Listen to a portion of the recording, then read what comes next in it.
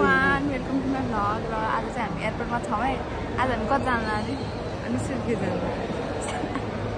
यहाँ भाइ चाहिँ यहाँ छ, बाबा चाहिँ उतै आउनुहुन्छ बोर्डिङ भएको छ। हाम्रो फ्लाइट चाहिँ 7:45 हो कि 7:50 को छ है। तर आज एकदम कालो बादल सिमसिम भइरहेछ, फ्लाइट क्यान्सल नभइदियो हुन्थ्यो। कति बेरसम्म वेट गर्नुपर्छ है होइन। अब ऊ बाबा आउनुभयो बोर्डिङ बसेर।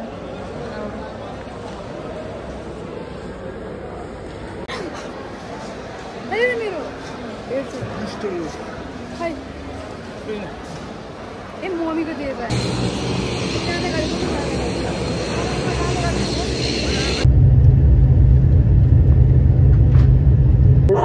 सुरक्षाको कारणले उडानको सुरु तथा अवतरणको समयमा कृपया स्वास्थ्य सम्बन्धी उपकरण बाहेक अनि विद्युतीय उपकरणहरू प्रयोग नगर्नुहोला। साथै विमान तथा हवाईसेवा अहिले सुर्खेतमा ल्यान्ड गरिसक्यो। यो चाहिँ सुर्खेतको एयरपोर्ट।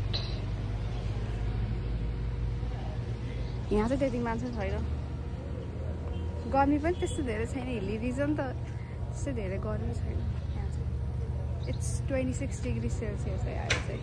जाने भन्नु त अब हामी जाजरकोट जान्छौँ। जाजरकोट यहाँबाट कति टाइम लाग्छ? यहाँबाट जाजरकोट जानलाई त नर्मल लाग्छ होला, मिनिमम 4.5 घन्टा। पहिला मलाई भोक लागेर खाना खाएन। हामी सुर्खेतबाट छिन्चु जाँदैछौँ अनि छिन्चुबाट हामी फेरि जाजरकोट जान्छौँ फलाङ्गा बजार। त्यो जानु चाहिँ कति टाइम लाग्छ फेरि? छिन्चुमा 1 घन्टा। यहाँ सुर्खेतबाट छिन्चु एक घन्टा लाग्छ। त्यो छिन्चुबाट फेरि जाजरकोट अर्को 4 घन्टा लाग्छ फलाङ्गा बजार। 4 घन्टा लाग्छ भन्ने कुरा हो, कति लाग्छ के हाम्रो कर्णालीको नयाँ यात्रा हो, पहिलो यात्रा हो।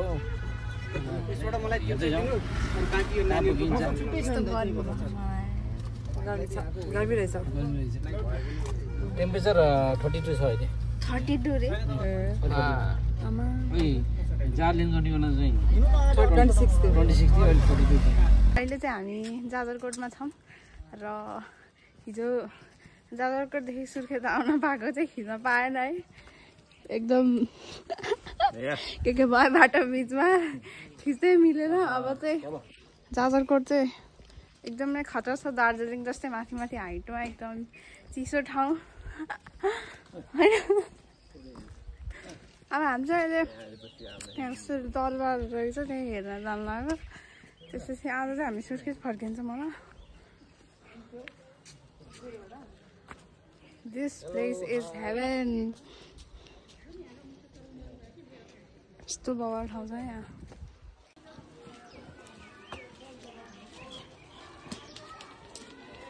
ल अब हामी अहिले जाजरकोटको ठ्याक्कै दरबारमा छौँ। अब यो डाँडाहरू देखिया छ नि, त्यहाँदेखि उतापट्टि साइडमा चाहिँ सिमानामा जुम्ला पर्ने रहेछ। हुम्ला कता हो त? हुम्ला यहाँ माथि उता माथि पर्छ हुन्छ। अनि पश्चिम रुकुम यता ल रुकुम यहाँ भेरी नदीले छुट्टाएको रहेछ। म पनि थाहा थिएन, अहिले यहाँ ठ्याक्कै थाहा भयो। ठाउँ ऐतिहासिक ठाउँ रहेछ, यो घुम्ने पनि ठाउँ पनि रहेछ। अब अहिले यो भूकम्पले गर्दाखेरि अलिकति यसलाई चाहिँ गरेर रहेछ। ल आउनुहोस्, अब यो पश्चिम रुकुम।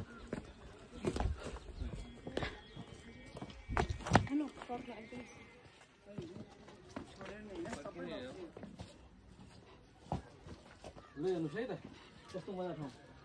यो भेरी नदी यतापट्टि चाहिँ जाजरकोट, पारिपट्टि चाहिँ पश्चिम रुकुम रहेछ। ठ्याक्कै भेरी नदी छुट्टा रहेछ।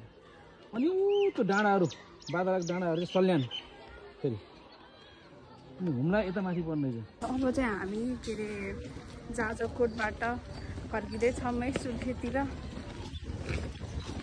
अब सुर्खेत घुम्ने पालो होइन।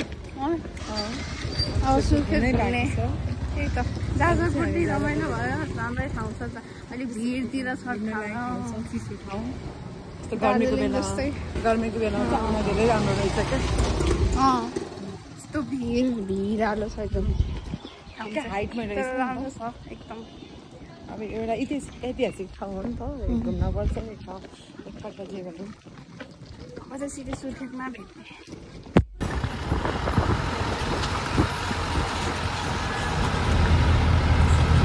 योभन्दा अगाडिको क्लिपको चाहिँ योभन्दा अगाडिको क्लिप चाहिँ जाजरकोटको हो होइन। अहिले चाहिँ हामी सुर्खेतमा छौँ।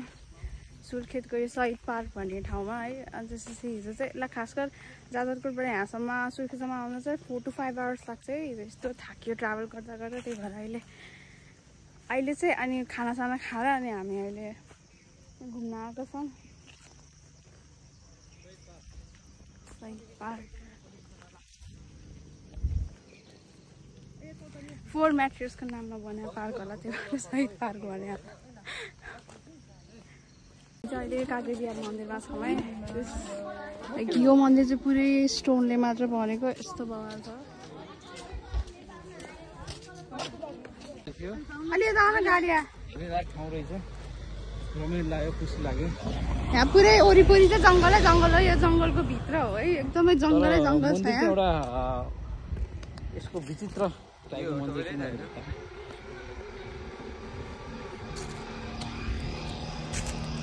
देउसी बजार मन्दिर। ए देउसी बजार, ए देउसी बजार, सरी देउसी बजार। गाडी बुलबुले ताप्न छौँ है। यो चाहिँ खतरा रहेछ है। यो चाहिँ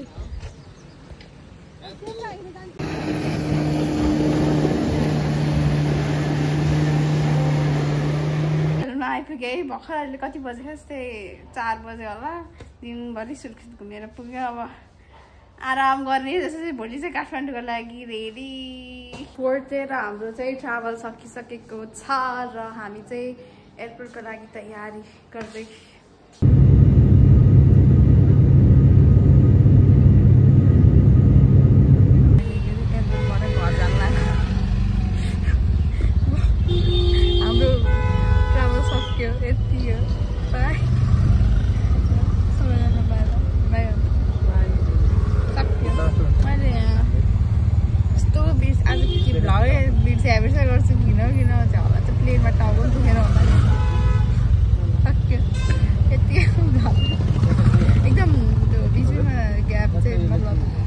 कंटिन्यूसली बना है ना, थोड़े थोड़े करे बना अन्य